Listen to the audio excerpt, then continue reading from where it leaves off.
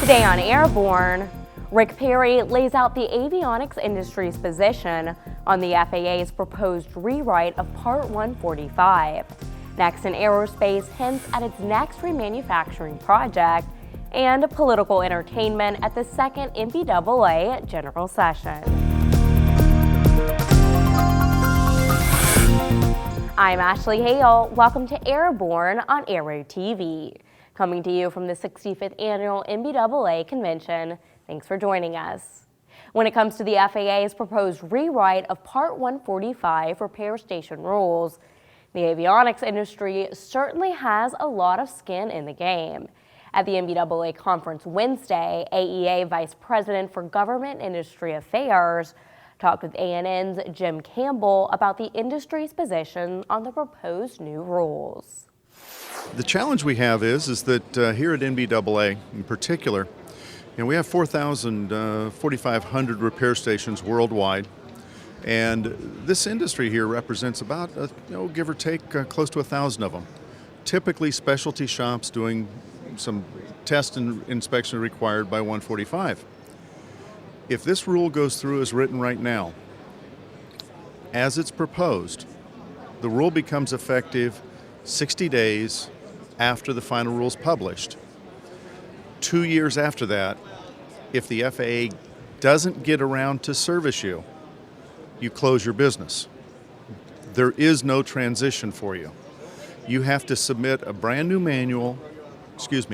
3 manuals, repair station manual, quality control manual, and a new training program for approval by the FAA before they can issue you a certificate. It is the worst effort at a proposal I've seen in 20 years in Washington. And that's saying a lot. And I respect good rulemaking. I don't always agree with them, as we know, but I respect good rulemaking.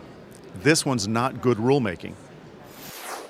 Following the success of Nextant's 400XT remanufacturing program, company CEO Ken Ricci said at the NBAA convention in Orlando that the company has its eyes on the next airplane to get the full makeover. But he is unable to say just yet what airplane it will be. Ricci did acknowledge that the Falcon 50 and Hawker 800 were among 4 potential candidates for a future model, currently codenamed the XXT. Whichever airplane is selected, it will get the full refurbishment treatment that has proven successful with the 400XT. He could say definitively during his news conference Tuesday that EASA certification for the company's 400XT is expected by November 30th, and a new winglet configuration would be standard on all future 400XTs. Airplanes that have already been delivered will be eligible for a retrofit. You're watching Airborne, more in a moment. For 60 years, Aerosonic has been a leader in aviation products and equipment. From this heritage of quality and precision comes the next generation of standby instrumentation. The Oasis multifunction standby display system is uniquely designed to be the most flexible and affordable system of its type on the market today. Stop by NBAA booth number 3733 for a demonstration of this exciting new product, or check us out on the web at aerosonic.com.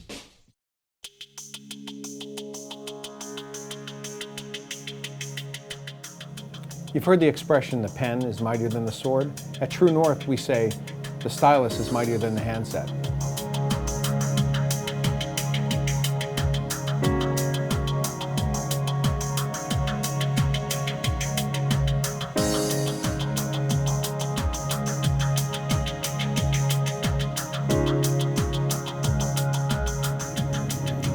The stylus I'm referring to is our new Airborne handset.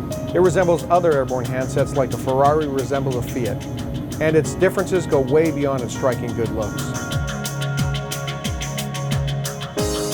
The stylus is a great handset, delivers high quality voice, but its real strength comes from its intuitive interface. And our My Stylus app works the exact same way. The all-new stylus, with stunning good looks, high quality voice, and easy to use interface, why would you choose anything else?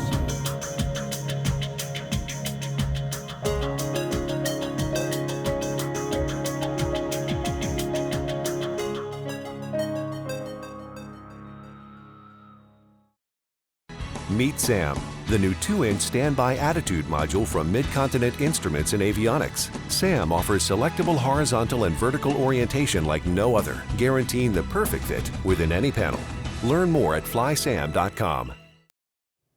Welcome back. If you'd like to suggest a story for Airborne, Aero-TV, our website, or a podcast, drop us an email to news-spy@aero-news.net.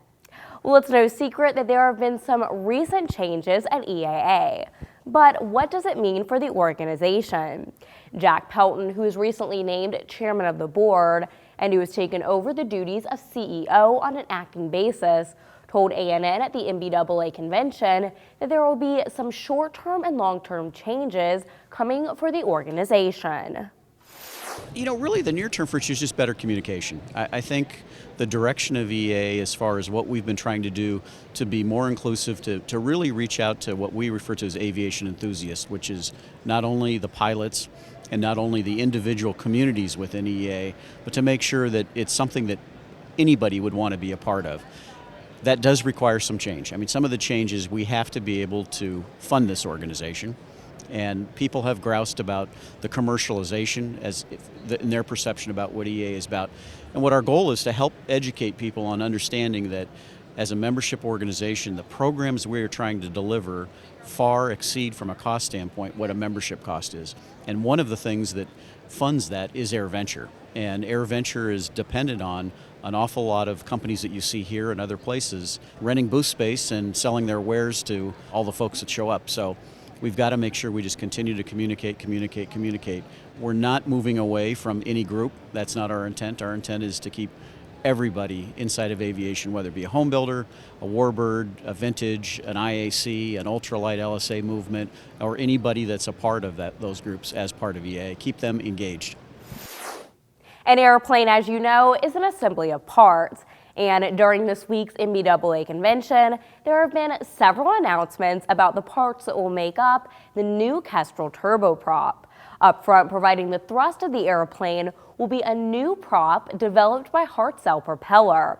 Working closely with Kestrel, Hartzell is developing a new ASC2 structural composite blade to optimize performance through the aircraft's flight envelope and maximize cruise performance, while still providing a good low-end performance for operations in and out of short runways. Hartzell says the 110-inch diameter 4-blade lightweight prop will provide significant weight savings without sacrificing strength or durability. Companies and operators participating in NBAA's Humanitarian Emergency Response Operator Database, or HERO database, are working with national emergency agencies and personnel to assist with post-storm relief efforts in the aftermath of Hurricane Sandy using business aircraft. Business aircraft are often able to reach locations impacted by natural disasters when airliners and sometimes even automobiles cannot. Operating on short notice into outlying airports with small runways, unpaved airstrips, or even onto roads. Operators may register the aircraft on the HERO database, and individual personnel may also note their specific skills that may be of use during relief efforts. The National Aeronautic Association has recognized Hawker Beechcraft Corporation for a new speed record set by its Beechcraft King Air 350ER.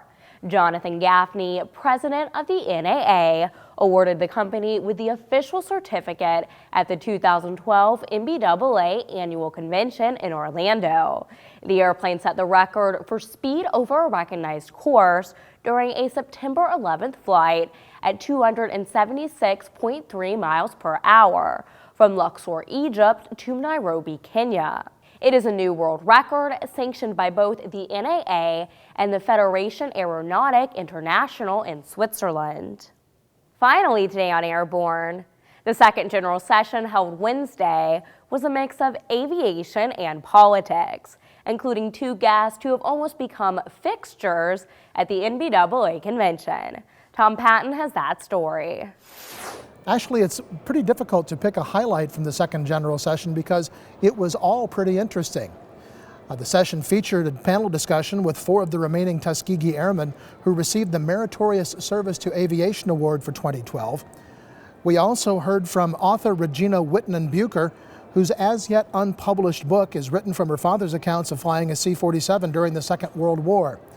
That book earned her the 10th annual Combs Gates Award. Kansas Republican Sam Graves, who chairs the House General Aviation Caucus, said there will be many challenges for aviation when the next Congress convenes in January, and urged NBAA members to contact their representatives about getting involved with the GA caucus. We're up to about 190 members now in the House of Representatives. In fact, it's one of the largest caucuses in the House of Representatives. And what we do is we fight back on these issues, make sure all of our caucus members understand what they are about. But the bigger the caucus, the more power that we obviously have when it comes to advocating for these issues, and that's where you all come in. And I would encourage you to call your member of Congress or your senator and ask them to join. Ask them if they are a member of the General Aviation Caucus, and ask them to join if they aren't. You can call my office to find out if they are. You can find out on the internet also who is a member and who isn't. Now, what's more important than anything is we're getting ready to start a new Congress in January. We will seat on January 5th, and we have to start the process all over again. Every 2 years, we have to restart that caucus. So we want to make sure that we hit the ground running and get as many members as we can in that first month of the new session. So please get to know your member. It's very easy to do. They're not as untouchable as some might think. But get to know your member and just push on those general aviation issues and push them to be a member of the caucus. On a completely different note, the session's keynote speakers were political power couple Mary Madeline and James Carville, who gave their perspectives on the upcoming presidential election. Madeline said she thinks that most of the major polls have it right and that Mitt Romney will be the next president of the United States. I think this is going to be not close.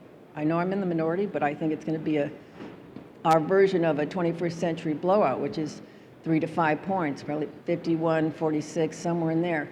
And I'm not saying that because I'm spinning myself. I don't spin myself. I'm too old. I got 2 teenage daughters who spin me all the time. Okay, so I try to stay in the reality zone. And the reality's, yeah, there are 2 teenage, you're clapping for 2 teenage girls. Huh? I'll do it again, huh? No, they're good girls. They're good girls. So I think that my prediction is not based on my wishes. It's based on fundamentals as I look at the electorate, and it's based on not a Republican or a Democratic or any kind of partisan desire. Carville, as you might expect, disagreed, but he did say that whichever party loses the presidential election is going to have to do some serious thinking about its direction in the future. If the Democrats lose this, they will have not won an election since 2008. You could safely infer from that it's a pretty sort of dramatic repudiation of Obama's agenda. That would be a conclusion that a rational person would draw. Now, if the Republicans lose, the ramifications are going to be staggering. I mean, they're going to have to rethink most of this. Will be, understand this about presidential politics. From 1968 to 1988, the Republicans lost a popular vote 1 time in a 20-year period. From 1992 through 2012, if they lose this, they will have won the popular vote 1 time, 2004. So the ramification is going to be, if we couldn't win in this environment, when every academic and every pollster said we were cinched to win, then when are we ever going to win? And that's the question they're going to ask themselves. So you can look for the losing party to have. Now there are people that well, it was because of the storm, or it's because the media was lying against us, or something like that. But in the end, they'll know we're just not winning presidential elections anymore. Ashley, the couple is apparently pretty popular with the NBAA crowd, as this is the 3rd time they have addressed this convention. From the 65th Annual NBAA Convention in Orlando, Florida, I'm Tom Patton for Airborne. And that's going to do it for our coverage of the NBAA convention for 2012. We're going to take a break for a few days and be back with our next edition of Airborne on Tuesday, November 6th. But until then, you can get comprehensive, real-time, 24/7 coverage of the latest aviation and aerospace stories at aero-news.net. I am Ashley Hale. Thanks for watching.